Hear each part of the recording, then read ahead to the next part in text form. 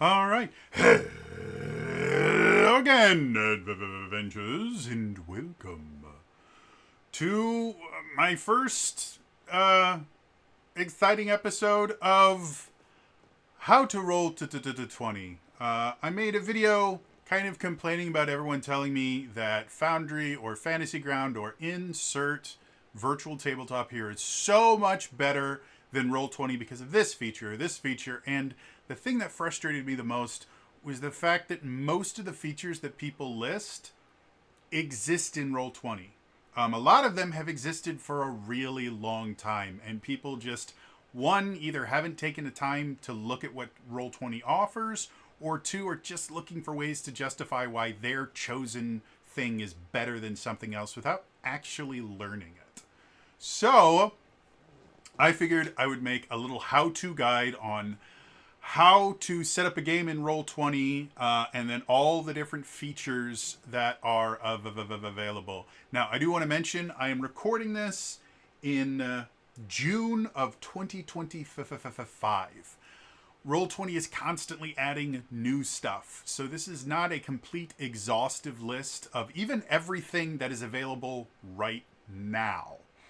What it is a list of, however, is the stuff that I have been using in my games for close to 10 years, or things that I have kind of upgraded to in the last 10 years to be able to run some really amazing, fun tabletop RPGs. So, without any further ado, let's actually look and see what Roll20 looks like. So, this is my Roll20 home screen. Everyone's going to look a little bit different.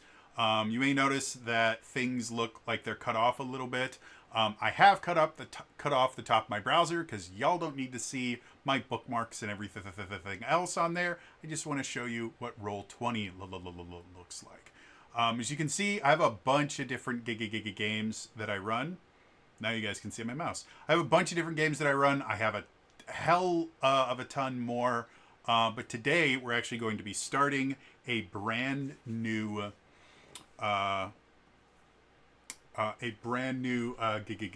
game, and I also really quickly need to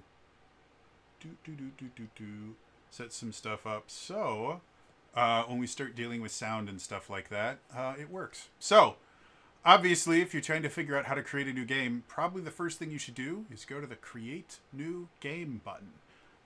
This is going to be the first step for most people, and it's real simple. Click the button. Wait for a little bit because my computer likes to be slow. Maybe wait for a lot of it. Come on. There we go. Now, there's a bunch of different things here that we're going to go over. On the right-hand side here, you see all this stuff. These are modules or adventures that I have unlocked for a bunch of different reasons. A lot of them are free.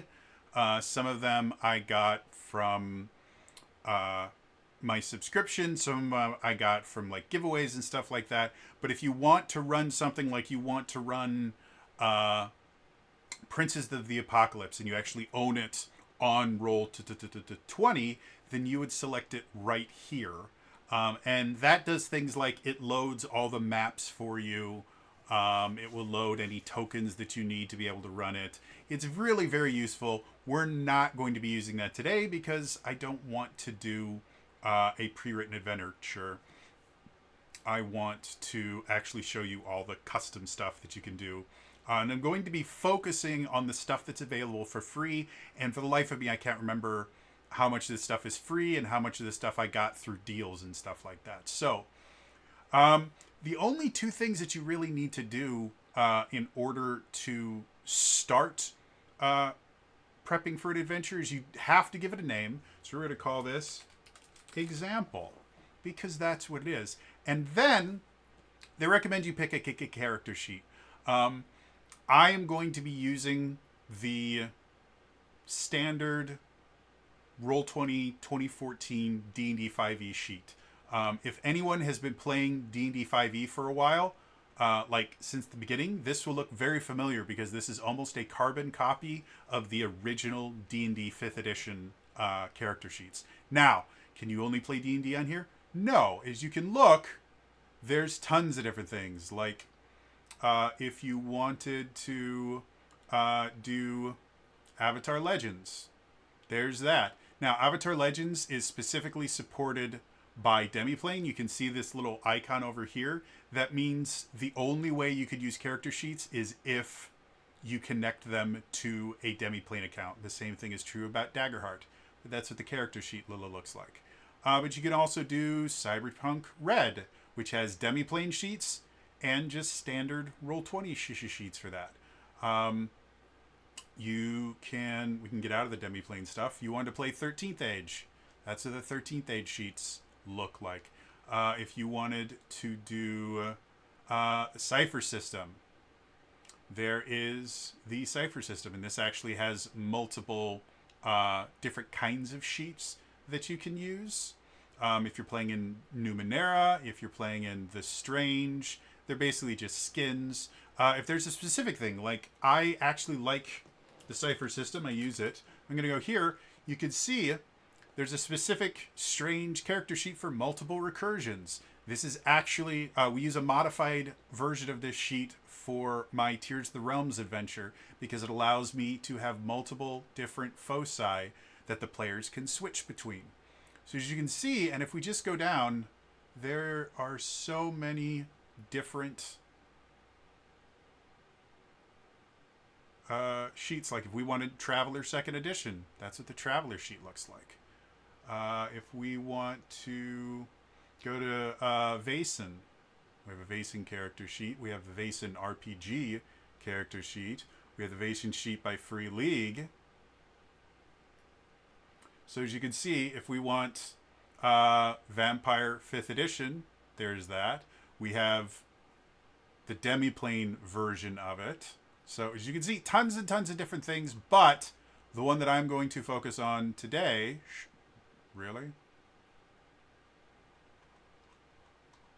We're just going to go back to here. So again, we're going to be using this, and that's really all you need to do to start it. Give it a name, pick a character sheet. You don't have to use the character sheets in Roll20, but I'm going to show you a lot of the cool features if you do use them. Go, I'm ready, create game. Take a little bit for them to get everything in there.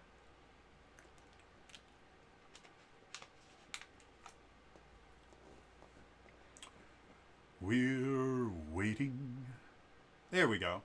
I generally like to have an image of something here so that players, especially if they have a lot of different games like I do, will just have a really easy image. You don't have to do that. I am going to do something down here that's useful. As you can see, you can use this to do a lot of different things. Like you can invite players through here. We'll show you how to do it other ways as well. You can give a description. You can say when the next game is going to be. You can manage everything you want right here, and it works very, very well.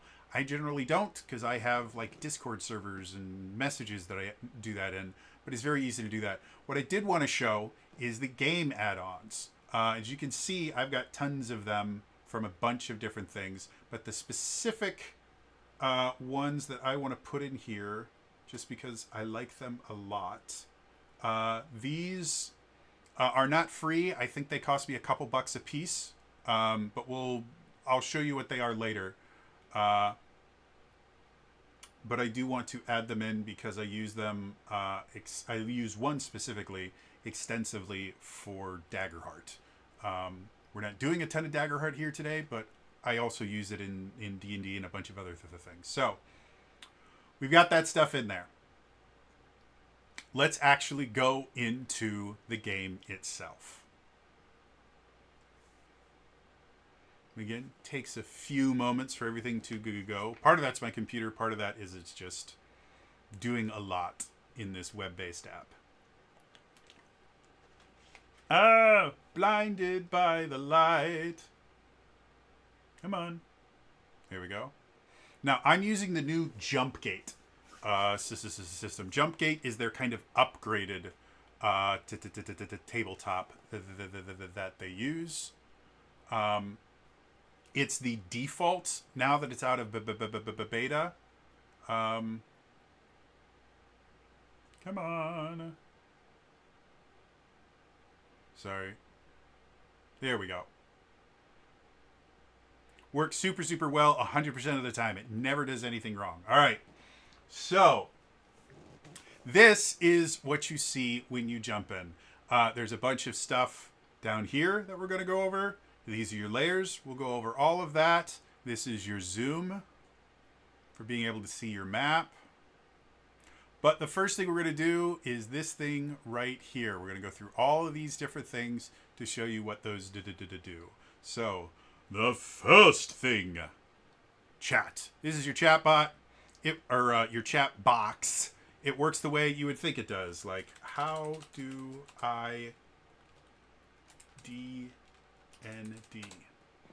You see it goes in there. It has my name next to it so I can know what's happening. Why can't Samus crawl? But I could also do stuff like this. Oops. If I want to roll a d20, it does that for me. So you have your dice roller is in there. Your chat is in there. As you can see, it's got this little description of stuff. You can roll stuff there. If you want to whisper people, you can do it there. I use the chat bot the chat box extensively when I run my games because when I stream them, I do not stream the chat box. That is the place where I can communicate with the players and the players can communicate with me and with each other without the audience knowing anything. And it's very, very useful for a number of different reasons. I can whisper players and tell them, hey, this stuff is going on, and only they will know. The players can talk to me. If there's ever any issues where we're going into a topic that's causing some distress or something, the players can either say something in chat or whisper something to me and nobody else has to know. Also, if you double click on this, you notice how it just kind of goes away? Well, that's because you can't actually see, but I've actually popped out the chat. It has its own window, and then as soon as I close that window, it immediately comes back. So if you want to have chat in its own window, when I run Giga Games, because I'm using all of these other tabs here, I generally do pop out chat so I can have it as its own separate window on a different monitor. So I always have access to the chat, even when I'm doing other things. So that is the chat. Moving on. The next tab is the art library. So, this is one of my favorite things in the world. This has a bunch of different things in it. Premium assets are going to be things that you get directly from Roll20, whether it is buying things in the Roll20 shop, getting it for free due to some promotion, or using the free assets that are in here. This is where you get them. My library is where you upload your own stuff. As you can see, I have got lots of different things in here for all my different games. We're not going to deal with that a ton right now, but as you can see, I have a lot of different stuff here for the marketplace purposes. This first thing that's all numbered, all the way up to 20, this is all the old free tokens. I don't know if you can still get them for free anymore. But as you can see, they have things like for characters. And I still use these all the time. I've got a player that's playing a mage. Now they have a token. Doesn't it look cool? And I can just drag and drop that, assign it to a character. It works really well. And there's tons of little ones like this. They all have a very similar art style. So if you want something that feels like they're all the same, this stuff is good. Like I said, I don't know if these are still available for free anymore. What is available for free is this. These are all of your free assets. So heroes and villains. And one of the things about these are these free assets, and the reason that they switched to using these particular free assets are these are all assets that are technically available to be purchased in the Roll20 shop. It's one of my favorite things in the world. And so every single one of these has the name of the artists next to him. So if you decide, I really like this art style, you can look up these guys and buy all their stuff. So in addition to this just being free tokens that you can use that are very, very useful as a game master, this is also free advertising for these various artists. And there's lots of really cool stuff. You can see Forgotten Adventures Cleric looks amazing, whereas this one looks a little bit more cartoony. Yuikami has more chibi style things. I'm a big fan of Devon Knight. They have some very cool artwork for things.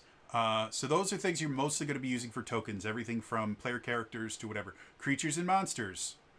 Wonder what this is going to be. Oh, look, an ape, an animated armor. A bear, more different bear. A bat, more different bear again. And they even have some more interesting ones. A green dragon. These are two of my favorites. This is a guy that does pixel art. These are animated. So I'm going to actually... this is actually supposed to be 6x5. So I'm going to go 1... Let's go this way. That's 2, 3, 4, 5, 6. And then 1, 2, 3, 4, 5. So that's the dimensions it's supposed to be. And doesn't that just look epic? Any of the ones that have these little kind of white lines on them, those are animated. So you can see here's a little blue dragon. He's cool. Here's a red dragon. If you really want to mess with your players and go, hey, look, my things move. You can buy tons of animated tokens on there. You can search specifically for animated tokens on Roll20. But this is all stuff available for free. So as you can see, cockatrice, more different cockatrice, more different dragon, more different dragon. Eye monster, which definitely is not protected by copyright or trademark at all. Again, these are all really, really simple, easy things that you can use when you're running games if you want to have maps to have monster tokens. Townsfolk, when you need NPCs. And they have a bunch of different designs. If you want more actual tokens, they have those. They have more traditional stuff. As you see, Devon Knight does a lot of this stuff. So, yeah, I don't need to go into too much more. Here's another fun one. Maps. These are actual pre-made maps. If you don't want to go through the effort of making your own maps, there's tons of different ways to do that. There's ways built into Roll20 to do that. We'll talk about that in a little bit here. You can just pick a pre-written map. I am going to actually choose a really simple village map. Let's do this one. So it's a small little village by Gabriel Pickard. And I'm just going to go ahead and pop it in here. Works pretty well. Didn't work the exact way I was hoping to. Maybe if I do a different one here. You will discover why I'm doing this in just a second. How did you go? Let's do... Was it farm that I did last time? Yeah, I think it was farm. Alright, so let's try this way.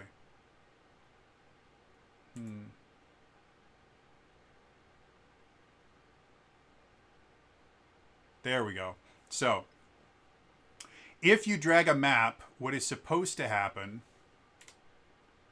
and I think it was just because I have to drag the picture instead of the words.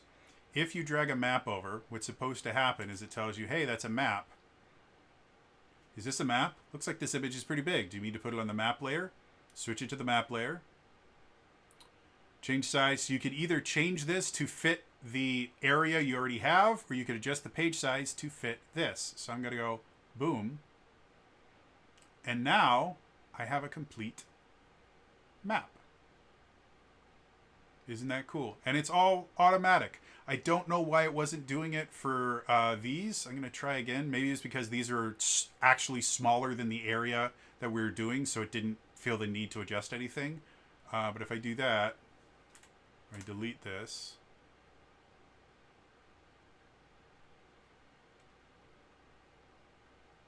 See, does it really, really well. Really, really simply. But the one that I want to use right now is going to be the village here. So now it's working perfectly. So adjust page size to that. Now we have that map. We can get a little bit closer. So right down here we have the layers. Because I'm in the map layer, that means I can move this around and do stuff. Oops, I put it in a place I didn't want to. Control Z puts it back. Undo, redo, very, very useful. The other layers we will deal with when I'm talking about all the different stuff here. But for right now, if I go to the token layer, now, no matter what I do, I can't move the map. And it means that the grid is going to be placed on top of it. The players are not going to be able to interact with this in any way, shape, or form, so works pretty well. I enjoy it. So that's maps. And then objects, if you wanted to actually add things to the maps. So beds, like this is just your standard stuff that you use to make your maps more interesting. You know, a little torch. And again, a lot of this is meant to kind of showcase the different artists that exist on Roll20. So that is art. Now, if I wanted to add my own art for whatever reason, let's see, I've got tons of stuff. Let's go. I'm going to click upload. It's going to ask me to, I can either browse files. I'm not going to browse files. You guys don't need to see what I have on my computer. But I do have an icon of the Harpers that I'm going to just drag and drop here. It's going to take just a second to upload it. And now I have a Harpers emblem that I can put in. I can make it big. I can make it small. Whatever I want to do. It's very simple, very easy. This is how I put all my maps in. Any visuals that I want to show the players, it's all here. We will deal with this art stuff a little bit later in a different section. But this is the art library. So, moving on. Let's look at the next tab. The journal. So, this is going to be where all your character sheets are, all your NPCs, everything is going to be listed here. Really quickly, let's build a character. We'll go here. This is going to be Cool McDuderson. This is our player character, Cool McDuderson. However, you know what?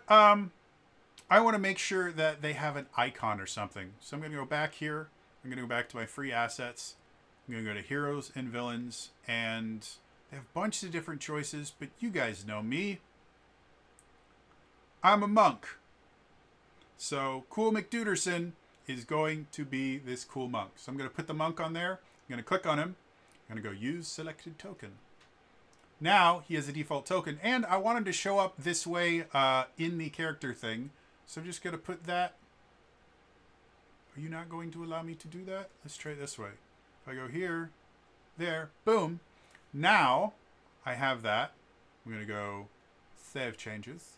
If I go back to the character, as you can see, he shows up as his token there. So I always know that this is Cool McDuderson. Let's actually turn him into a character. So we're going to use the Character Mancer. This is not the most amazing character creator that has ever existed, but it does work. I do not own any of the D&D books. So this is all going to be basically SRD stuff. But we go, boom. Gonna go choose a race. We're going to be boring. We're going to be a human. Alignment. Let's go chaotic good, because that's always fun. Go down here. Let's choose a language. Let's go Gnomish. Gnomish is cool. And then a subrace. Standard human, or we can customize it. Again, we're just using the SRD stuff. So we're just going to go standard human, which gives us all of our ability scores. Blah, blah, blah. Next. Choose a class. Take a second for things to load. Of course, we're going to be a monk. All right. Now, skill proficiencies. I like my monks to be very acrobatic and stealthy. We like that. Tool proficiencies. Let's say that they're a really good glass blower. I like that. No more stuff that I have to choose here. So we go next. Ability score method. They don't even let you use the what's it? The standard array. I don't know why. We'll just do custom. And I'm going to do my standard 15, 14, 13. Let's go 12, 10, 8. Standard array, super easy. Choose a background. We are going to be an acolyte. More languages. Let's go Celestial and Abyssal for fun. You could do all this stuff. I don't care. We're moving on. How would you like to choose your equipment? Class equipment. Short sword or any simple weapon. I like daggers. Dungeoneer's pack or explorer's pack. I likes to explore. And then prayer book or prayer wheel. We'll do a wheel. Done with that. I don't have any spells. I don't have any feats.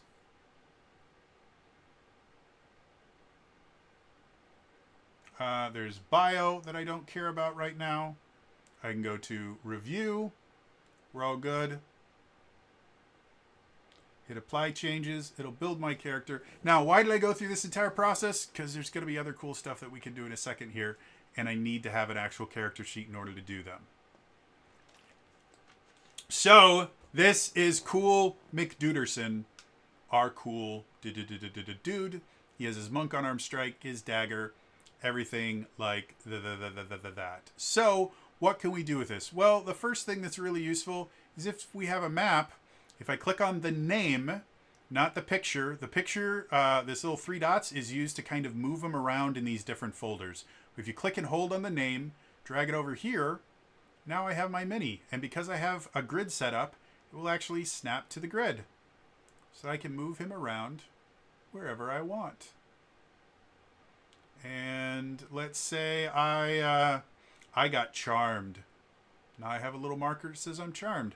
I'm also super strong, so I put a marker on there that I'm super strong. You eventually run out of space for all of your different markers, but there. Or if I just want to go, I'm the green dude, or I'm the orange dude, or I'm the orange and green dude, or I am a packer backer, and I am green and gold. Easy stuff there. So, what else can you do with Cool McDuderson? When we get to the macro section, we will start doing some more stuff with this. But overall, allows me to kind of move around. When we talk about dynamic lighting, we'll deal with stuff there. In addition to creating characters, you can create folders. So if I'm creating a bunch of monsters or just something, I can have folders that organize them. Like let's say we're going to have underground enemies. Because they're going underground, I want a little thing. And so I'm going to create a character. This is going to be giant bat. Okay, and then because I want to have something there to use, we're going to go here. We already have a bat. So we're going to put a bat over here. Use selected token. We're going to take the bat, put it there so I can see it. Save changes. Take about 4 years for this to finish loading.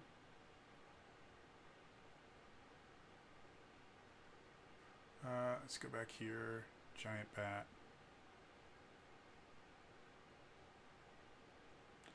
And then I can take this, I can put it here, and now that means anytime I'm underground, I can open up my bats.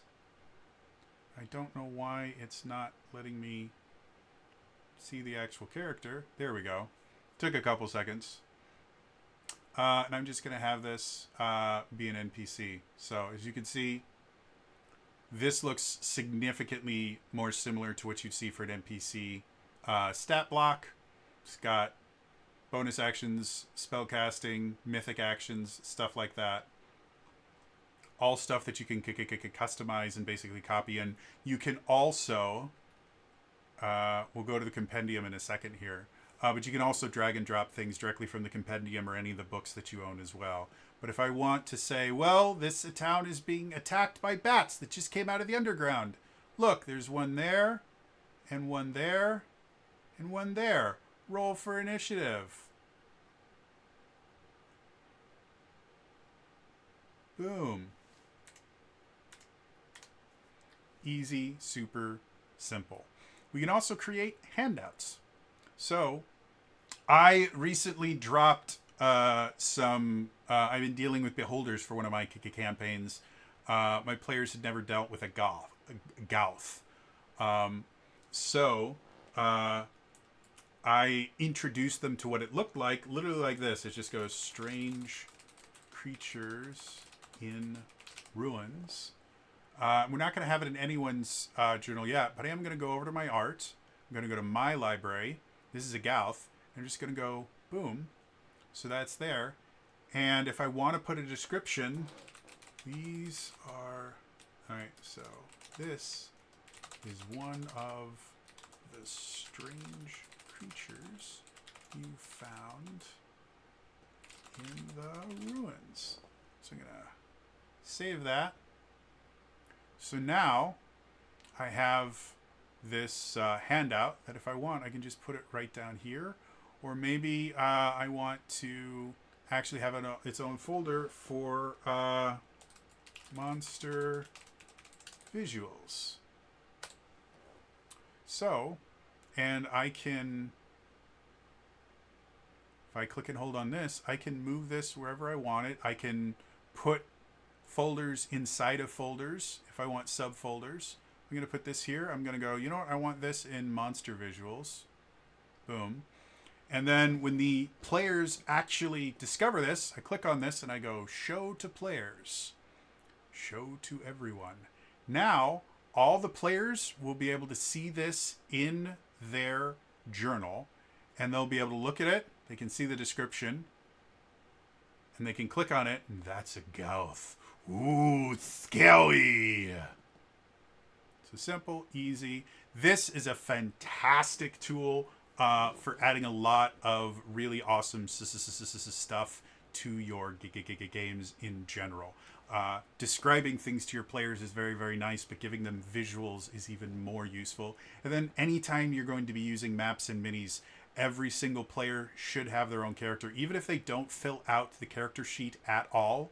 Like, let's make another character, but all we're going to do is we're going to name it. This is player character 1.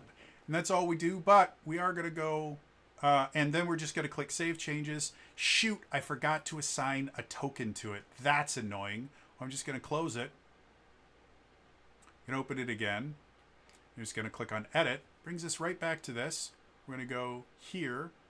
We're going to go back to our free assets. And this character, let's see, let's have them be a paladin. This is a cool looking dragonborn paladin. So we're going to go there. We're going to go use selected. But let's say that this is a really big character and their normal size is large. I'm going to bring this to large and then say use selected token. I can delete that. And then again, I can do that. Save changes. And I close it down. Now, put it in the characters. And then when I put it over here, it will automatically size itself to whatever size it was when I said use selected token. Very useful. And like I said, you don't actually have to have them fill out the character sheets or anything like that. You can just use it as a method for generating a token for the players.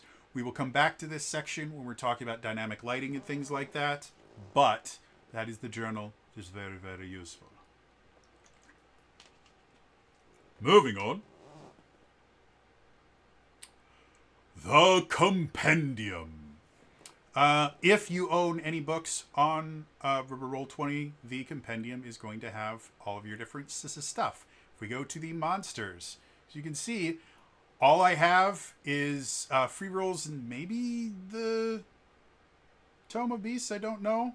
But if I wanted to put an adult brass dragon, I can open it up here, and I have the entire stat block. Doesn't that look cool? If I want to put it on here,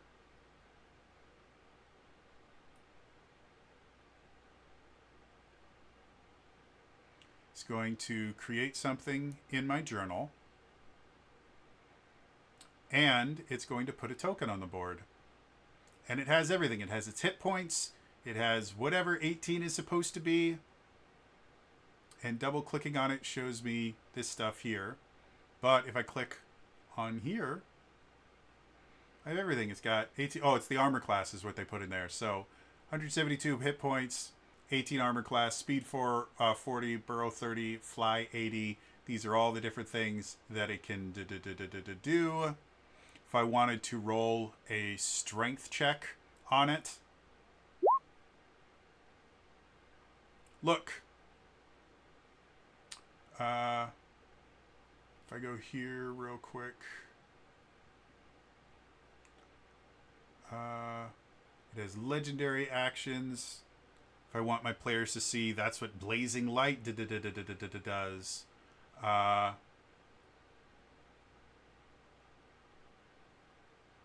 If I want to have it roll initiative or anything like that, if we go here, has all the different options. So yeah, very, very simple, easy to use. You have all your different rolls here. And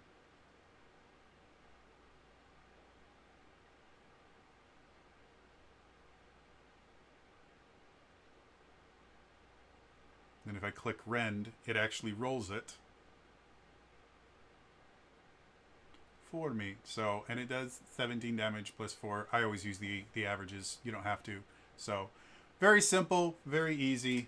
Get rid of dragon. So yeah, using the Compendium, this tends to be the thing that is most useful for GMs. And if you're prepping, all you need to do is drag and drop things on there. It will automatically add it here. And then you can create a specific folder for it going, this is going to be the dragon fight. Boom, boom. And then I can take this, put it in the dragon fight folder. Let's say as part of that dragon fight, I also want some kobolds. So we'll do a kobold warrior. Pops up for me. And I'll do a second kobold warrior. If I go in here, I've got my kobold warrior right there. Put that in there. And depending on how many you want to have in there, you can just drag and drop. Like let's say we have 1 adult brass dragon and 3 kobold warriors. Each one has its own hit points that you can modify as they go. They have the armor class right there. You can click on this to get anything that you need as far as stuff that it does. Super simple, super easy. And then we can get rid of all of them just like that. So Compendium, very good. In addition to that, your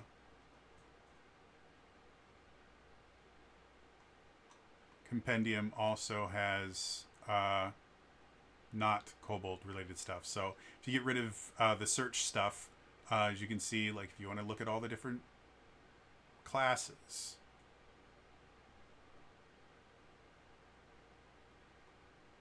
simple, easy to understand stuff. And again, all I have unlocked right now is the free stuff. I've never purchased any of my D&D books through Roll20.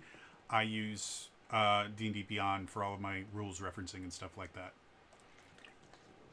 But you can run literally everything through Roll20 if you buy the actual books through Roll20, and it'll auto-populate here. Drag and drop monsters. You can modify them if you want. Let's say my adult brass dragon. I'm not particularly fond of the hit points.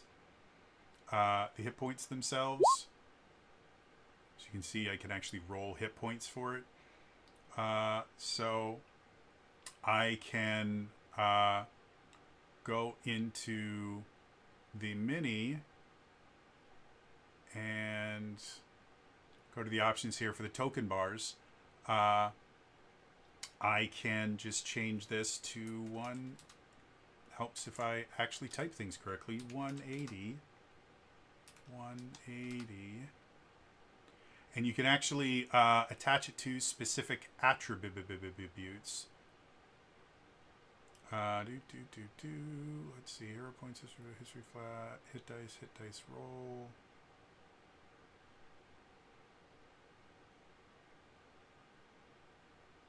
Here we go. If I go HP, it will automatically do from that, or you can just do none and manually change the values. Save changes. Now it's got 180. If I want to change things here, I think we go here, and you can see hit points. You can change it there. You can change the formula. Everything in there. Simple, easy, super. So that is the compendium. Moving on. And to get back to everything, we just click back there. Next, the Jukebox. This is by far one of my favorite things ever. I use this constantly. So this is where you put music. You can have ambience, you can have sound effects, whatever you want. We're going to go manage audio. And it starts off with playlists. I have never used overall playlists here. Any playlists that I make, I always make them in the game. This is for like playlists that exist outside the game, I believe. But I use tracks all the time. You can upload your own tracks. You see this Son of a Die stuff? That is all the music that I got from purchasing the Fabula Ultima soundtrack. I will play absolutely none of them here because they are copywritten to hell. And despite the fact that I actually do have a license to use them in my games and my streaming and stuff like that, it's a pain in the ass because anytime any of these songs go up, I instantly get a copyright claim and I have to dispute it. It's annoying. So I won't be playing any of those. I have other songs that I've uploaded as well. But this is the thing that I use more than anything else. Tabletop audio. This is just free music that you can use for any of your games. As you can see, there is tons of it. You'll see it has like categories to kind of give you an idea, like for bubbling pools.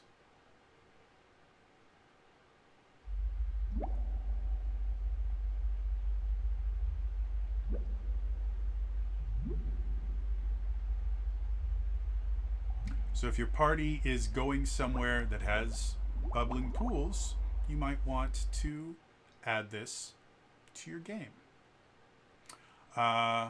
If you click on that, it will just keep repeating, which is what I do for most of my ambient stuff. You can control the volume. And there's other options. It has fade in and fade out. That's not what it sounds like. Fade in means the beginning of the track will fade in, and fade out means the end of the track. So way over here will fade out. It doesn't let you actually fade out the music. I would love for them to add that feature, but they haven't as of yet. And as you can see, there's just tons and tons and tons. Every single time I run a game, I create what I call a soundscape, so that anytime the players are anywhere, they always have some kind of music going there. And again, all of this is directly in Roll20. You don't have to go to a different website, anything like that. It's just all right here. And as you can see, there's just tons of it. And it keeps going over and over. Elven Glade is one of the ones that I really, really enjoy. This one actually has some music to it. So we can hear it over here. So it's got ambiance. In addition to that, it also has a little bit of music. So it gives even more of a more visceral experience. And if you're looking for specific stuff, like maybe you just want to focus on music. Things that actually have songs. So like, the adventure begins.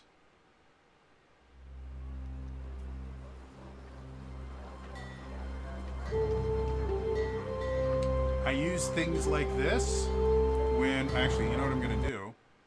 I'm going to add it to the game, and because it's a little bit loud, I'm going to reduce the volume a bit.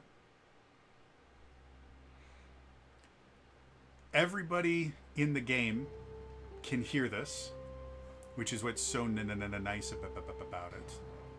And when I'm doing my recap at the beginning of my games, I will have a recap song that I will start playing so that all the players can kind of get into the mindset of, oh, it's time for us to get into the mindset of the adventure. So by searching for music, you will find more things like this. Some of them are closer to ambient, some of them are closer to actual just full-on songs. But going through and just checking things out can be very, very useful and fun.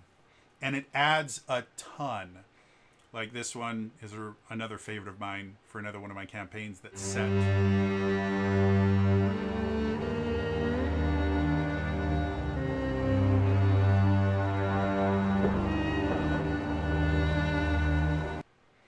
That one's actually set in my own version of Ravenloft, so having stuff like that is useful. So, yeah. In addition to tabletop audio, we also have battle bards. Battle bards are sound effects. This is another one that can be very, very useful, but you really have to understand how to use it. So, things like Arborsmith, and I'm going to tell you guys this right now. Any of these things you're going to use is going to be ear-shatteringly loud. So we're going to add it to the game, and then we're going to lower the volume. Lower the volume, thank you. And then hear what it sounds like. Now. Step away from the merchandise, you smelly little street urchin. Good day to you, my fine fellow. So that was not exactly what I was expecting. But other things like, let's say they're wandering around and they accidentally stumble onto something that's trapped. Instead of just wanting to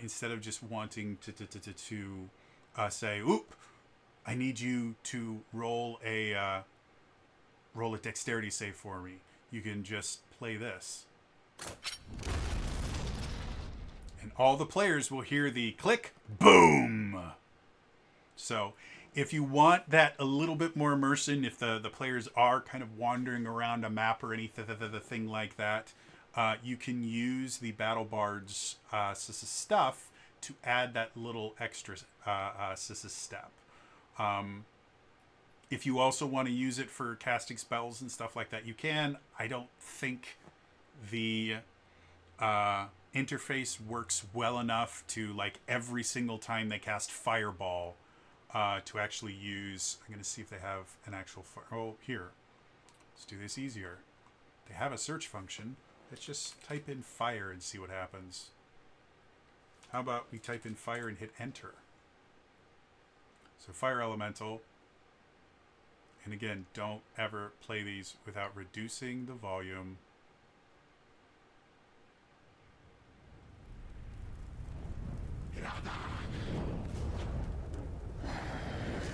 So that's if you have a fire elemental there.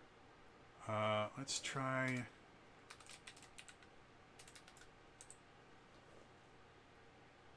Fireball spell. There we go. So again, add to game. Reduce the volume.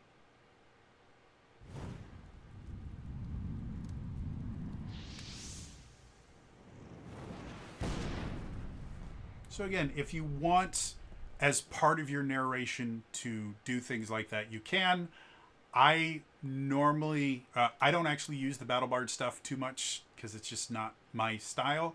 But were I to use it more often, I would mostly use it for triggering traps or other things to kind of surprise my players. I probably wouldn't use it for combat too often unless it was something unexpected. And then you can create playlists, which are just folders. So let's go sound effects. I don't know why I can't type that well. And then I can just put all of these into the sound effects folder. So that when I don't need them, boom, I can just go boop. And now I just have ambience and songs. I can rename them. So if this is going to be my recap song, I can actually call it recap song.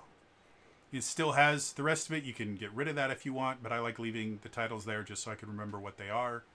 Really simple, really easy, unbelievably useful. The last thing we have here is Incomptech. If you're not familiar with Incomptech is a company founded by a dude named Kevin MacLeod. He is amazing. He releases just crap tons of music into the Creative Commons. This is just tons upon tons upon tons of amazing music.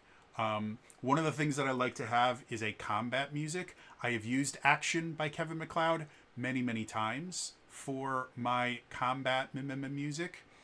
And one of the things I really like is, you see this little cloud button here? If I click on that, this is actually going to take me to the Incomptech website, which I'm going to go ahead and do that. This is his website where you can get all of his royalty-free music. What I'm specifically going to do is, for the Creative Commons stuff, in order to use any of his music, because it's released under Creative Commons attribution, you do need to tell people, hey, this is Kevin's music, and this is where you can find the license and everything like that. He's cool enough that you don't have to sit there and every single time you use it, you don't have to go, Action by Kevin MacLeod. You can, if you look on my Twitch channel, I actually have a little box that lists every single Kevin MacLeod song that I've ever used in there. And he says that's more than enough. So if I wanted to use Action, I need to say somewhere that I'm using it. If I just click on this here, that is the attribution that I need to put. And so all I need to do is copy this and put it into the description of this video, and I can show you guys that this is what Action sounds like by Kevin MacLeod. Takes a few seconds to get up. So as you can see, it's nice combat music. You know, it's something that as soon as the players hear this, they can go, ooh, we're in combat. Let's get into combat mindset. Using music to keep your players in the right mindset and having certain songs that are only used in certain situations, like having combat music or having boss battle music as opposed to regular combat music. These are all ways to be able to give your players information without actively having to tell them. And the more you use these exact same methods, the more they're going to feel like, oh, this is normal. You're not going to have to tell them anything. They hear the combat music start, they know to roll for initiative. Things like that. Very, very cool. So, and then yeah, like I said, if you use anything from Incomptech, just click on that little thing there. I'm going to do it again just to show you. Go here, go to Music Licenses, click on Creative Commons, and then just find the thing. I also use Air Prelude for, it's actually the recap music that I use for one of my, for The Legend of the Three Kingdoms. I actually use Air Prelude as the recap music. So yeah, as you can see, Air Prelude. If you have multiple things that you're doing, it does literally everything for you. You just copy this and then paste it in the description. On your Twitch page, you can just have a little box underneath the stream that says, hey, by the way, this is all the Kevin MacLeod music I use. It's really simple, easy, and stuff to use. So, yes, this is the Jukebox. It is by far one of the most used things that I use in Roll20, and it makes all of my games better, 100%. Moving on.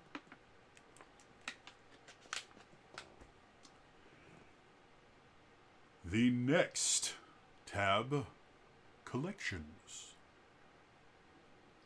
This is a bunch of different things that can use a bunch of different things, to be blunt. The macros, we're going to talk about last, but they just do crap tons of amazing things. And we'll deal with, I'm actually going to turn the macro quick bar here in a second. Decks. As you can see, this is the safety deck. If you're not familiar with what the safety deck is it's basically your X card, I guess you could call it. If something is happening, your players have something. So you can see there's 3 different things here. So this is a really simple way, a safety tool that if something's happening and the player's like, I really can't handle this, they can just do that. Everybody can see it. No one can see who played it, but it allows something like that to happen. So that's what the safety deck is.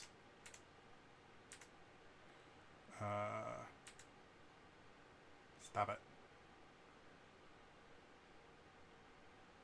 We can hide it. Same thing if you want to use playing cards for anything like that. These are my clocks. I'm going to do the 13 here. So I'm going to go token. So what is this? This is something that I purchased.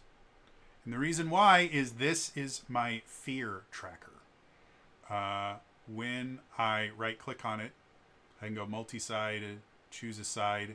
If I have 5 fear, now all my players can see that I have 5 fear. I also use it anytime I'm using clocks in any game. Like I said, I think it cost me a few bucks to get all of these, and I have everything from this is a 2-section clock. This is a 3-section clock that's green. I have them in green, red, and blue. There's actually a bunch of different clocks that you can get. I chose these ones specifically because they went all the way up to, what was it? I think 20-sided clocks is the biggest one, which is bigger than I will ever need. But yeah, so you can create your own tables. Like if I go all the way down to new table, if I click on it, I can add items. So I actually did this for one of my games for Tears of the Realms. I actually have a table because one of my players has a magic sack of beans that will give them random items. And so I just added a bunch of items. So this item, let's call this side table with green doily. I don't know if that's how you say it, but now if I roll on this table, one of the things I can get is a side table with a green doily. Another one, let's go book of 100 or 1001 uses for string. So now I have 2 different things on here. So if I roll on this table, I got book of 1001 uses for string. Simple, easy. Anytime you want to have something randomized in your game, you can create a table for it. And then I can delete the table if I don't want it. Again, the way that they created the clocks is they actually created them as a table, and then each one of the faces is a different face, effectively. So, yeah. Simple, easy. The final thing we're going to talk about is macros. Macros are crazy the amount of things you can do. And we're actually going to go back to Cool McDuderson to show you some of the cool stuff you can do with macros. So, something that can sometimes get a little bit annoying. As a monk, I am using my unarmed strike constantly. Like every battle, I'm doing like 3 or 4 times. I don't want to have to open up the character sheet and then close it again to be able to move around. It's just really, really annoying. I wish there was a way that I could just have a button that said punch people. Oh, I can?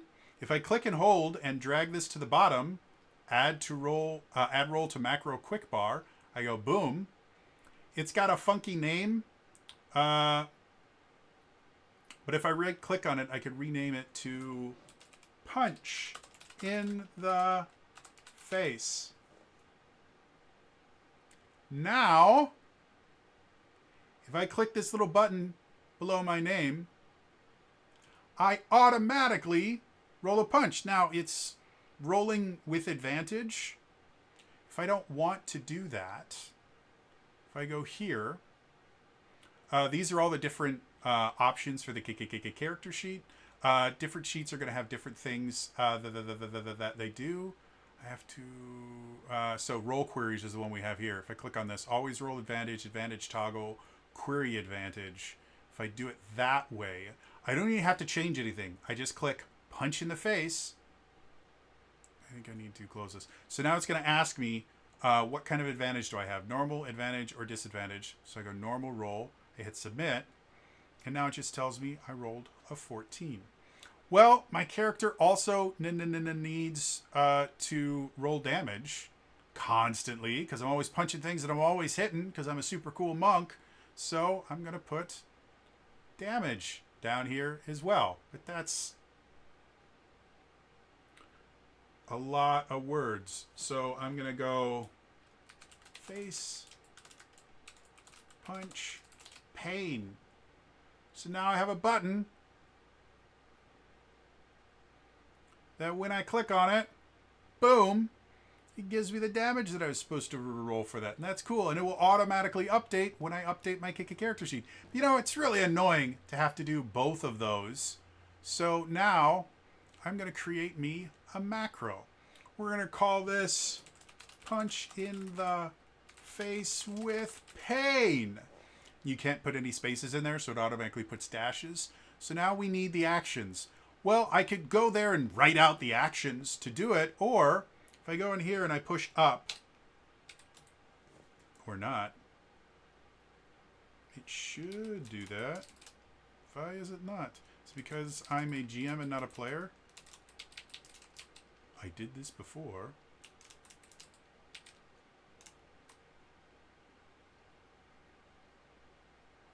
Here we go. Well, you can make your own things, and I've done it before. Can I...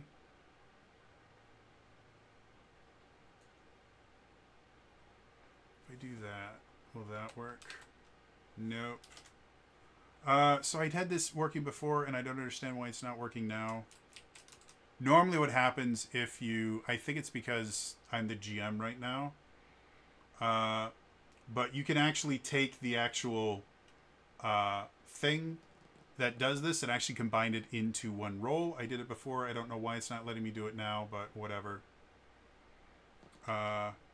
Is it here? I don't want to hide it. Well, anyway. What I am going to say about macros specifically, and again, if you just use your punch in the face macro, you can do that. Normal roll, submit, cancel, and then I can click on that there as well if we want to do it that way. You can combine both of them into a single macro. It takes slightly more work, and if you wanted to add that to the bar, you can, just as simple as that. Figuring out how to make your own macros is complicated. It's its own process in and of itself. So there's another resource. It'll be linked in the comments. This is the Roll20 wiki. It has tons and tons and tons and tons of information. Whenever I don't know something, this tends to be one of the first places I go. But as you can see, creating, editing macros, multiple commands.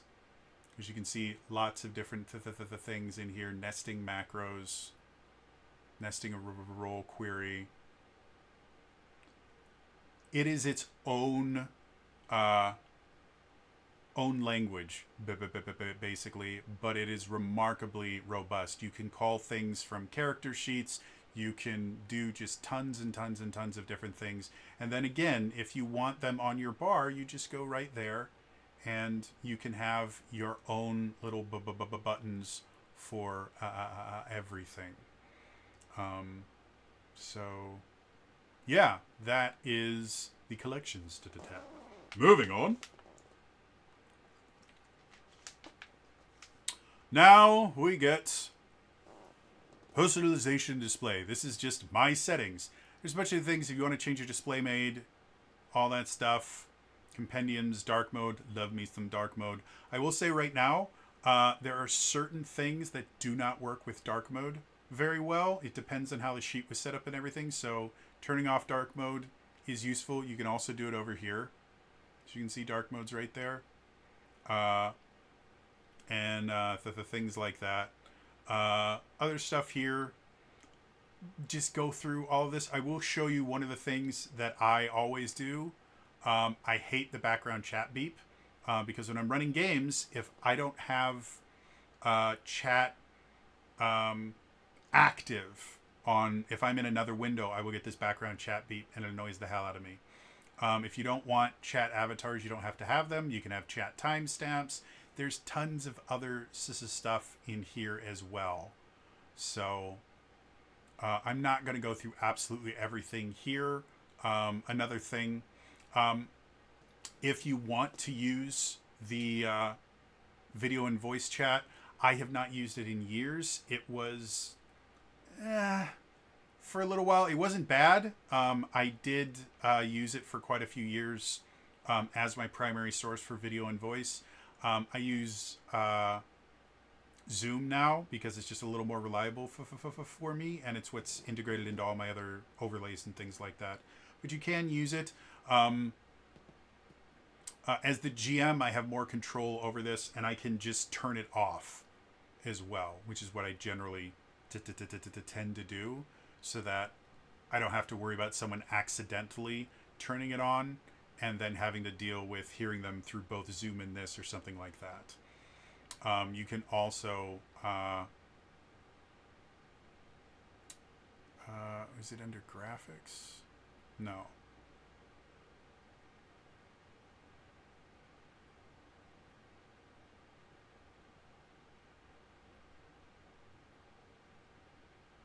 Anyway, I'm not going to go through all the stuff here. Suffice it to say, there's tons and tons of settings here that you can just kind of look at and play around with.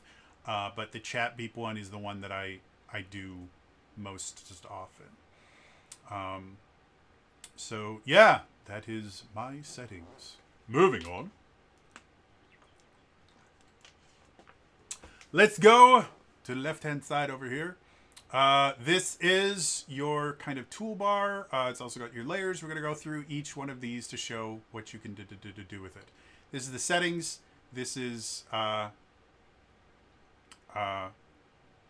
just a bunch of different things. If you need to copy the game link to send to someone so they can join it, it's right here. Reporter blog, that stuff there. The thing that I use in here most often is just turning on and off dark mode if I need to, which is simple. And then the tool that we're on, this is our select tool. It allows us to select things, move them around. If you click and hold, it pings, which is very, very useful. If you want to change what color you use, these are the different colors you have. You can also just use hexadecimal color codes as well.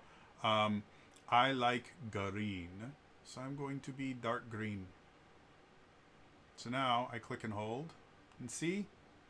People can know. So when I'm telling players, oh, you see something over here, or I'd like all of you to take your minis and put them somewhere within 3 squares of this area. Super simple, and this is the thing that I'm on 99 out of 100 times when I'm using this. This one here is the pan button. It's exactly what it sounds like. You want to move the map around instead of having to use the zoom or the scroll wheel. You can do that. Not much there. So those are the simple tools. When we start getting to things like this is the draw tool, freehand, pen, rectangle, ellipse. So if I want, this is the color I'm going to be using, and these are the different lines if I want. And I'm in freehand right now. So if I want to go, you guys found a pit right there. And then if I want to get rid of that, I can click on that. And each line is its own object. We do that. If we go back here, pen line is you went here, and then here, and then here, and then here, and then here, and here, and here. Cool. Now we're done with that. And again, to get rid of it, I can either click on the line itself, or if that's just too difficult because it's small, you do that, get rid of it. So that's pen line. Rectangle is exactly what it sounds like. I made a rectangle. If you want it to be a filled rectangle, we need the same color. There. Now it's a filled rectangle. If you want it to be not filled, now it's the outline of a rectangle. All of them go away. Ellipse, it's the same thing. There's there. Here's the outline of an ellipse. Very simple, very demure. With either of these, if you click on them, you actually can modify them. Like we go here, we can make it bigger, smaller. So if you're trying to help your players visualize, okay, well, how big is my fireball? Okay, well, we'll go fireball is 20-foot radius, and each square is 5 feet. So it's 5, 10, 15, 20. And then radius means we double that. So 5, 10, 15, 20. And then same thing here. We have 1, 2, 3. So we're going to go 20, 5, 10, 15, 20. Now we have roughly a fireball. We can go, okay, that's how much a fireball does. So simple, easy, the tool. Text, exactly what it sounds like. Hi, this is text.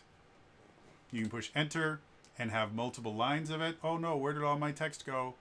Like everything else, it's movable. This little thing lets you turn the text. Simple, easy. Measuring tool. This one is very, very useful for a number of reasons. Let's say, okay, I can only move 30 feet. Well, how far is that? 30 feet will get me to that square. Super easy. That's what most of my players use it for, but there's a ton of other things you can do with it. If you want a cone, as you can see, there's a bunch of different things. But if I wanted to go, I've got a I can cast Thunder Wave, or I've got a Flaming Hands. I can't remember what it's called anymore because my brain doesn't work. But it's a 15-foot cone. I can go boom, 5, 10. That's a 15-foot cone. Look at that. I can see everywhere that it goes.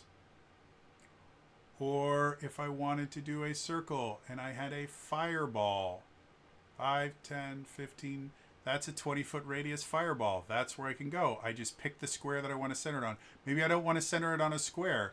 Maybe I want to center it to a corner. So now, that is a fireball centered on a corner. I don't want to snap it to anywhere. I just want it to be. I want start my fireball right there.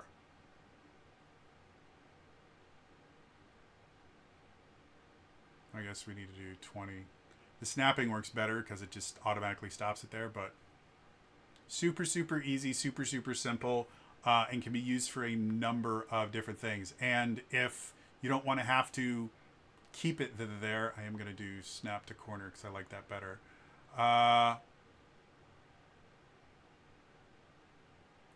That's my 20-foot fireball, and it's going to stay there until I click somewhere else, so that I can see exactly where it's going to be. You can have it broadcast to others. If you're just doing measuring where you don't want everyone seeing what you're doing, you can go, no, I don't want anyone else seeing it. Simple, easy, massively useful. The next tool you have, your dice tool. We need to close that. It's a dice roller. Pick the die that you want to use. Fudge die are specifically used for things like fates. They have sides that have pluses, sides that have minuses, and sides that have nothing on them. You will never use fudge dice in D&D, but there's a bunch of games that do use them. But any other thing, if I want to roll a D20, I just click there. Rolls me a D20. I want to roll 2D20. It'll show me the two different rolls that I had. So if you're playing Daggerheart, you can roll duality dice by just going like that. As you can see, a 1 and a 5. It doesn't understand the idea of rolling with hope or fate, but if you just do the one on the left is your hope die and the one on the right is your fear die, you can do that really, really simple. These things in here, inline, if I do an inline roll, it just gives me the total. It doesn't show me the breakdown or anything, so I generally don't use that a lot. Exploding dice just means if you roll the maximum number on the die, you get to roll it again. So I'll do it with D4s. So as you can see, I only rolled 4D4, but I somehow have 1, 2, 3, 4. I have 6 rolls. Well, that's because the die exploded twice. So I actually have 6 dice to choose from. Compounding dice is where the dice explode and you add individual explosions together. So I do the same thing. Let's do it a couple times. I somehow rolled a 5 on a D4. Well, that's because that die exploded. So things like that. In Open Legend, we use compounding dice all the time because that's how Open Legend works. And it's really, really useful. And if you want to, there's an advanced roller that does tons and tons of things. You could even put target numbers in there. But any kind of rolling that you would ever need is right there. And it's insane the amount of things you can do with it. Turn order. This is for your initiative tracker. So let's go back here and let's do that adult brass dragon fight. We're going to put the adult brass dragon. We're going to put 3 kobold warriors. And we've got cool McDuderson down here. So what we're going to do is we're going to go here, add a turn. And I can put whatever I want for his initiative. So we can say he rolled a 12. Well, I want to actually roll initiative. So, okay. Let's put cool McDuderson on there. Let's open his sheet. And then I have initiative here. I'm going to click the initiative button. Automatically puts me in there. Same thing is true about my adult brass dragon. I can click initiative. It's going to give me an initiative in there. Each one of my kobold warriors, if I roll initiative, it will only do it once for each one. So I have to kind of manually add in each one. And then a lot of times for the same monster, I just use the same initiative anyways. So we'll do 15. 15. Okay, and then we can go through initiative. Really simple, really easy. You make it bigger, you make it smaller. But you have an initiative tracker right there. That works remarkably well. You can change the sort order if for whatever reason low numbers are better in your giga game. Really simple, really easy. And it tracks initiative. And then anytime you don't want it, you just close it, but it keeps the turn order and everything. So you just click it whenever you need to know who's going next. Okay, next up is the adult brass dragon. And then we close it and we can still continue running things. Super simple, super effective. This is hide, reveal, mask. Basically, this is if you're using fog of war or you're trying to hide things. If I click hide whole thing, that means the players can't see anything on this right now. But if I want to reveal an area, so let's say they're definitely able to see this here. I go boom. Now they can see that. You can control the opacity. So this is what the players can actually see, except they wouldn't see the hit point things. But then that means as the GM you can't see anything. So leaving it at that like 35 tends to be a nice thing where you can see where they can't see. You can reveal. Oops, I didn't mean to do that. You can hide just like that. If you want to reveal like a... I need to do reveal. If you want to reveal like a specific room, so you're going to go here, here, here, here, here. Now I have that simple, easy. Same thing can happen if I do hiding. So this is how I generally tend to do it because I don't deal with dynamic lighting too often. I can reveal full page, hide full page. Simple, easy, effective. Now, we have another thing here, and this is only for subscribers to be able to use dynamic lighting. But we have a specific layer for lighting. And if I go in here and I go place light, I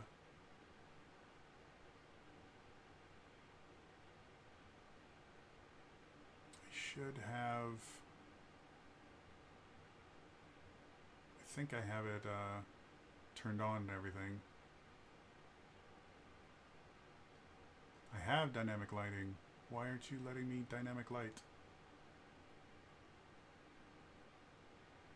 Is it because I have the mask thing on?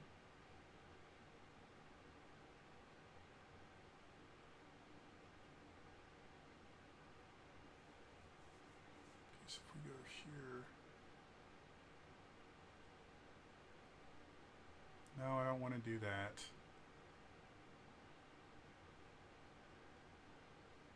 We'll come back to dynamic lighting. I have this whole thing to do for it. If I go here, last time I did this, I just had to place a light and it said, oh, by the way, did you want to put dynamic lighting on?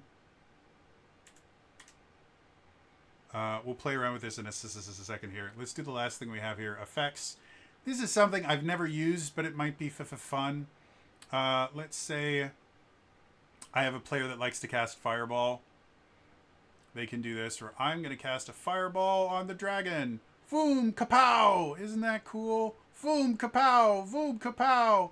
Voom, kapow! Voom, kapow! Uh-oh. The dragon is using his breath weapon! Whoa! Fire! Yay! It's a cool thing. It can keep your players entertained. I've never used it in my life, but it's a thing that can be a thing. So yeah. That being said, let's play around with dynamic lighting. I do not know why it's not letting me. Maybe I have to turn it on in settings. Keyboard, miscellaneous graphics, personalized display, transmogrifier. We're not going to deal with that. Transmogrifier is a cool thing, but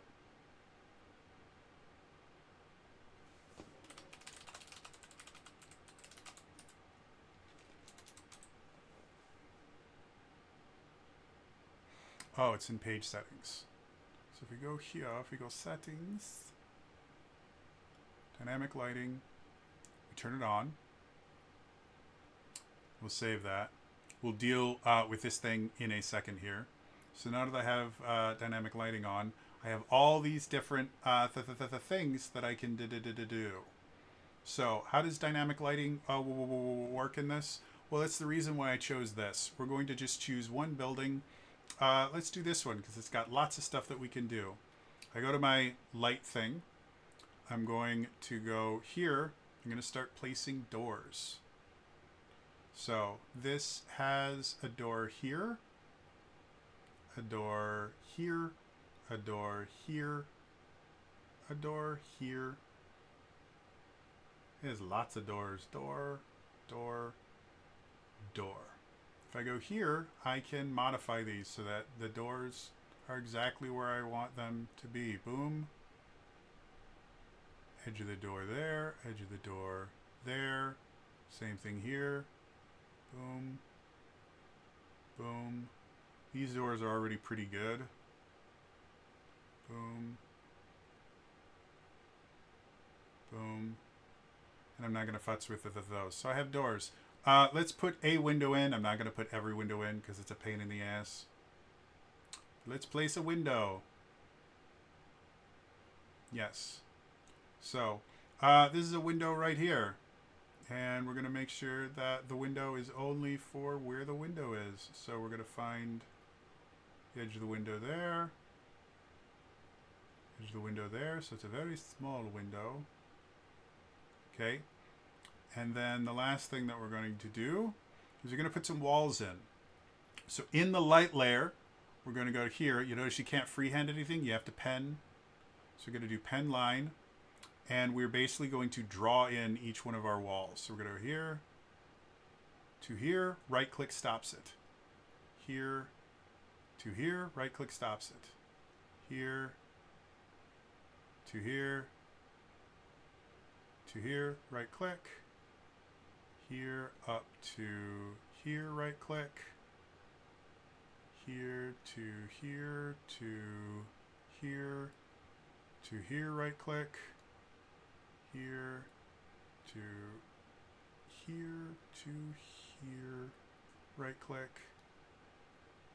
Here to here to here to here, right click. Here to here, right click. And then we're also going to put some internal walls here to here, right click.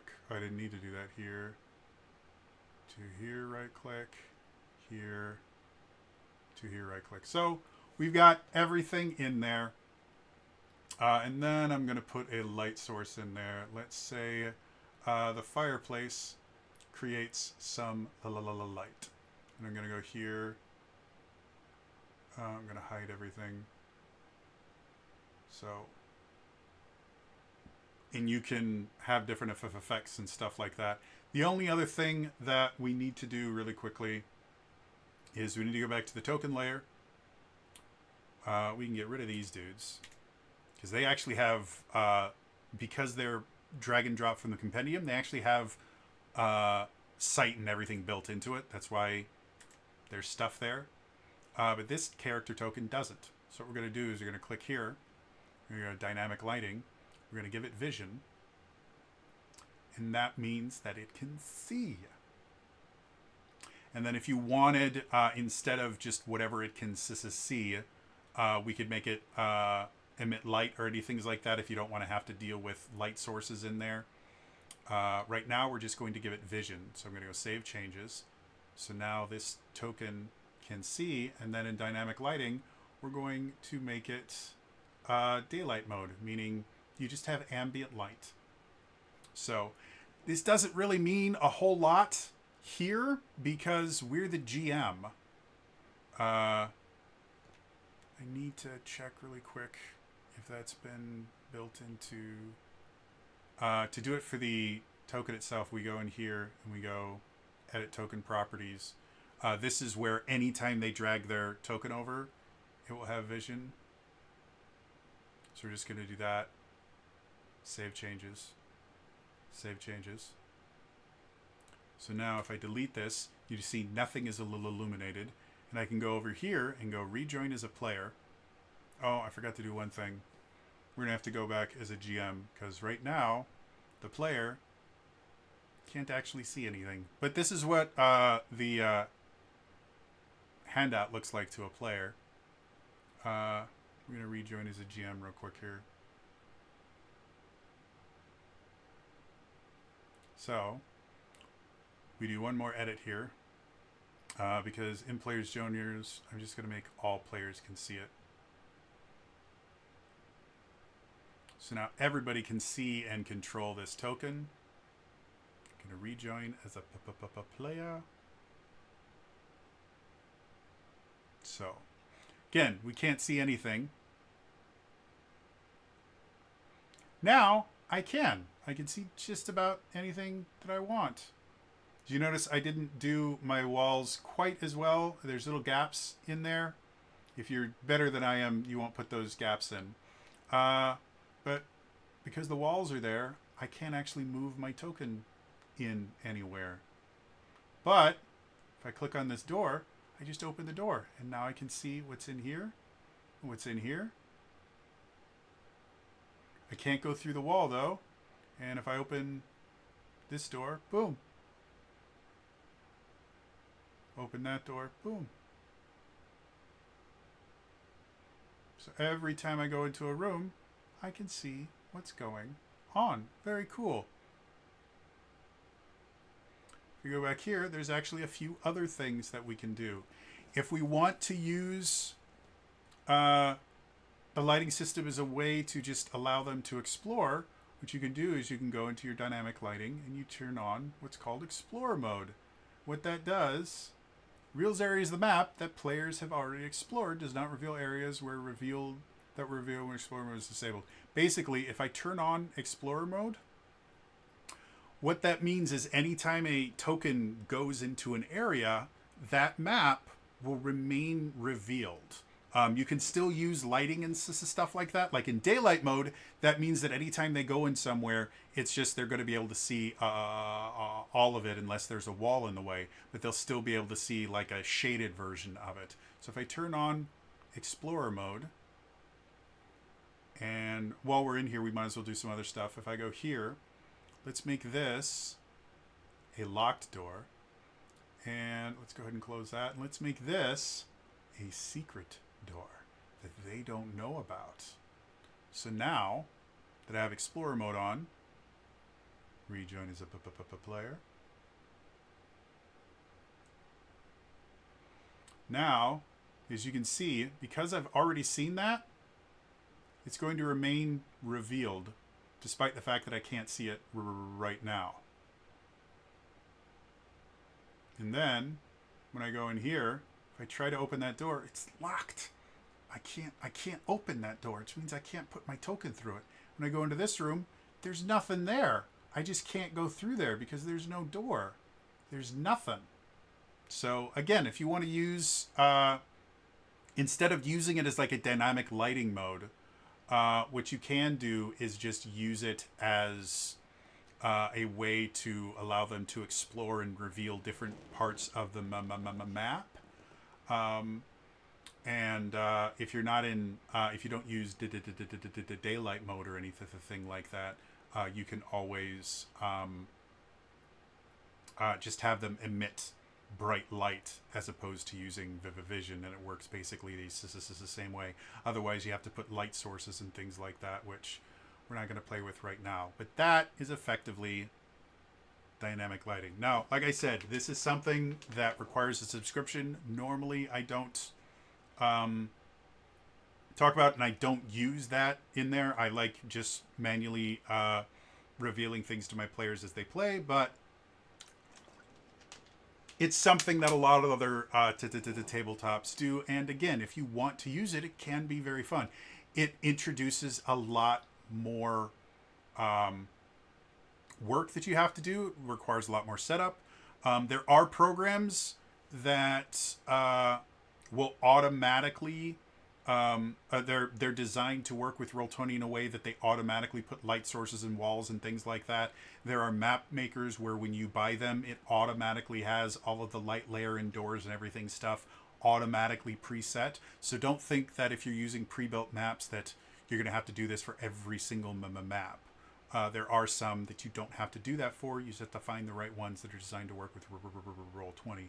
And then when the players are going around, if they discover the secret door, it's just not secret anymore.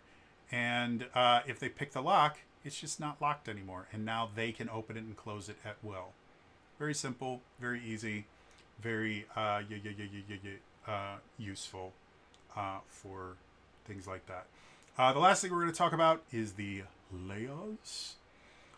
So we've already talked about the map layer.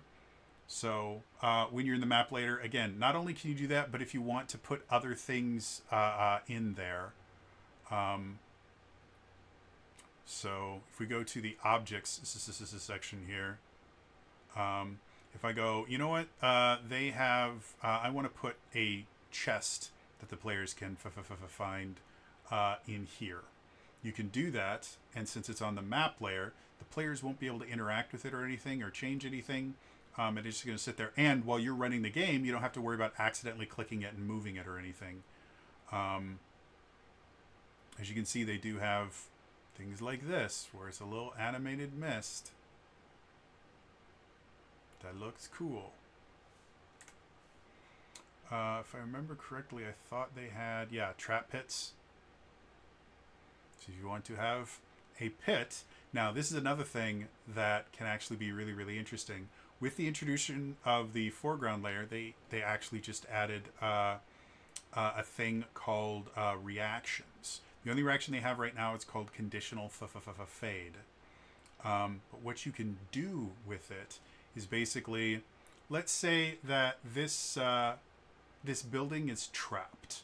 The people that live here are just a little bit, and I'm going to put this in the map layer. They're just a little bit paranoid. They decided that they were going to put a big old trap right in front of this door. So what you can do is you can go to reactions, conditional fade, and you make the opacity 100%. And then you go here, and I actually have to do this on the token layer because it won't let me do it in the map layer. But if I click on this and I go to token settings, you can go the base opacity to 0. So now you can't see it there. We're going to put it back in the map layer. And now when the players are playing, you go I'm going to go over here. Oh, this looks pretty cool. I'm going to move. Oh no, I found a pit. So you can do that to surprise them with traps, ambushes, other things like that. Use that conditional reveal. The other thing you can do for the conditional reveal, we have the foreground layer here. And this is going to be another time that I'm actually going to use something paid because I don't have it in free. But if I go to marketplace purchases, where are you? Trade Starter Town map bundle. Is it that? Towns and Taverns, I think that's what it is. Hold, please. No, those are just maps. See, I've got just crap tons of maps, guys. It's so nice. Is it Town Trimmings? Is that what it was?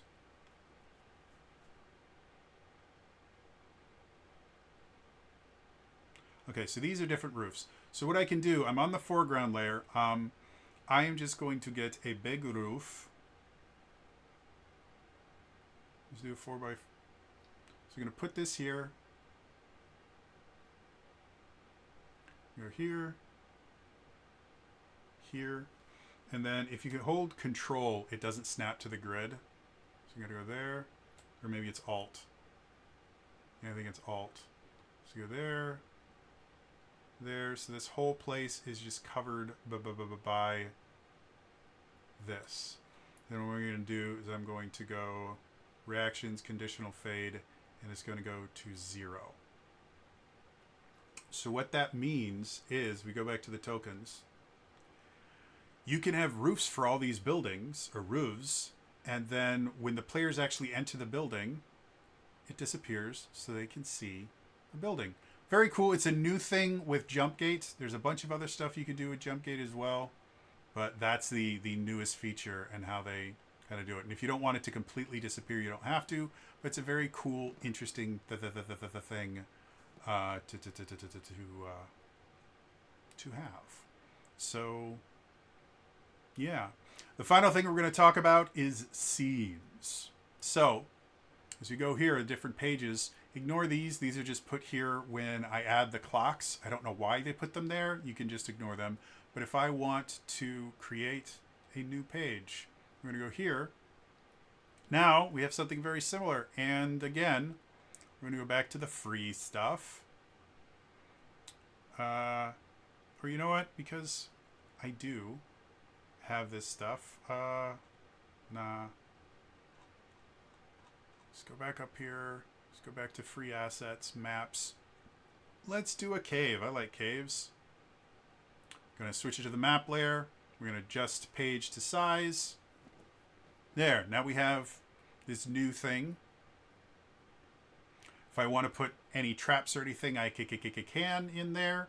But for the most part, I've got this. Now I want the players are always going to be where you see that little ribbon thing. So while I'm working on this page, the players are still seeing this. So I can go to this other page and do any kind of prep work I want while the players are still doing their own thing. And then all I have to do is I click here, drag, and now the players have switched over to this map. And again, you can do all the revealing and stuff like that. You can also create folders. So I'm going to name this one Caves, or Coves too. Coves works as well. Caves. And so I can take this map, I can put it in Caves, and now whenever I want to see, oop, there we are. And then go back to all pages. But dragging out of a folder doesn't really work. So I can just move party ribbon here, go in here, move party ribbon here. If you ever need to change things, like you could change the width and height and everything, you can turn on and off the grid, lines, block movement, hide, reveal, mask, stuff like that. You can even have audio play as soon as you go to a certain map. So if you want, as soon as they transition over there, to use ambiance from something that you've put in your jukebox. Like, let's say we're going to say that this is a very bubbly thing. So we're going to go here. We're going to have them move party ribbon here. And then we're going to go here. And then as soon as they go here, we're going to have bubbling pools play. We're going to save the settings. And then move party ribbon here. And it instantly starts playing your ambiance. So you don't even have to remember. So you can tie specific ambience to specific maps and things like that, and not have to always remember, oh, now that we're here, I have to do this. So, yeah, very, very useful. The final feature that I can't remember if you need a subscription for this or not, but it's still a really, really cool feature, is the build a map function. So this is Dungeon Scrawl. You can actually go ahead, like I'm going to build a room here, with another room here, and then a hallway here, and a hallway here. Dungeon Scrawl has a bunch of other stuff that you can do. I'm not going to go into a ton of it here. Yeah, I don't need to see that. And then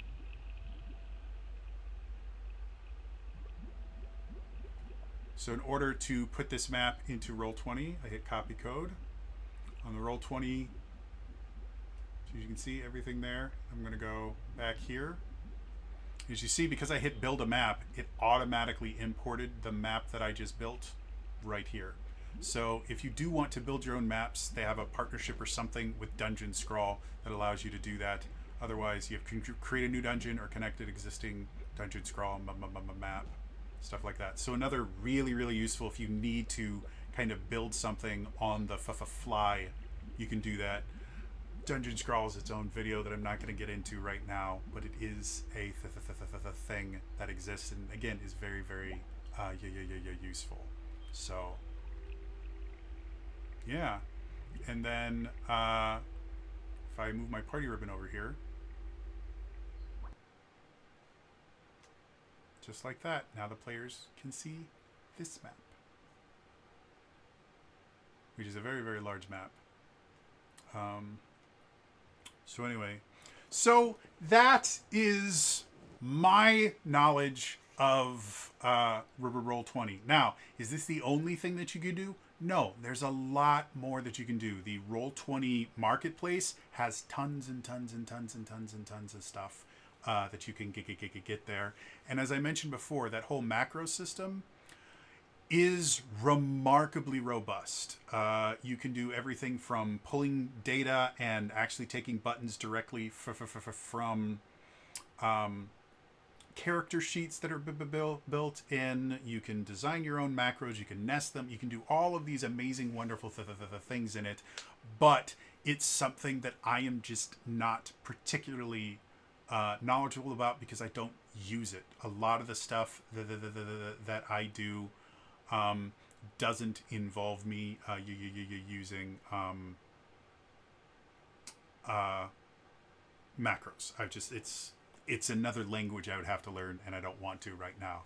But like I said, the Roll20 wiki has so many resources and things like that that makes it significantly easier for you to be able to learn the things that I'm not going to go into here because they're basically their own